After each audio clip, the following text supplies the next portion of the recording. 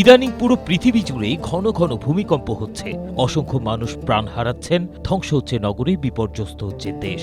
বিজ্ঞানের দৃষ্টিতে ভূমিকম্পের নির্দিষ্ট কিছু কারণ রয়েছে, তবে ঘন ঘন বা বেশি বেশি ভূমিকম্প হওয়া নিয়ে হাদিসে রয়েছে সুস্পষ্ট সতর্কতা।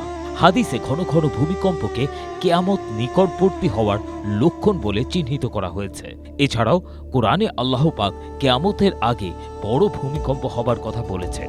সূরা জিলজালে আল্লাহ পাক ঘোষণা করেন, যখন প্রচণ্ড কম্পনে জমিন প্রকম্পিত হবে আর জমিন তার বোঝা বের করে দেবে, আর মানুষ বলবে, এর কি হলো? জীবন অবাক না করলে কে করবে? 28% মিল্ক ফ্যাটের অবাক করার সাথে ফ্রেশ মিল্ক পাউডার। জীবন অবাক করুক প্রতিদিন।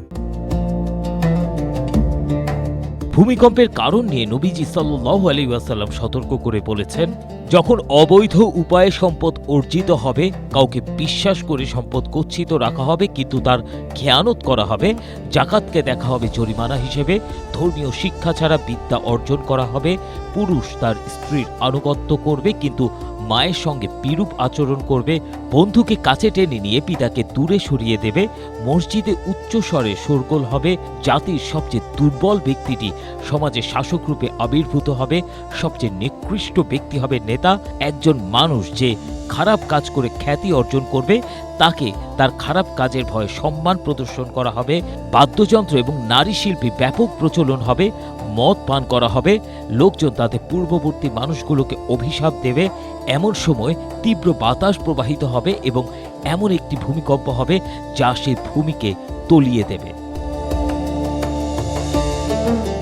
আরেক হাদিসে রাসূলুল্লাহ সাল্লাল্লাহু আলাইহি ওয়াসাল্লাম বলেছেন, এ উম্মত ভূমিকম্প, বিকৃতি এবং পাথর বর্ষণের মুখোমুখি হবে।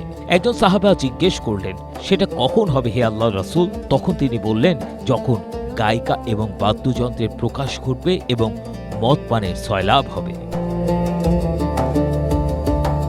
অন্য হাদিসে মহানবী সাল্লাল্লাহু আলাইহি ওয়াসাল্লাম বলেছেন, বেশি বেশি ভূমিকম্প না হওয়া পর্যন্ত কিয়ামত প্রতিষ্ঠিত হবে না।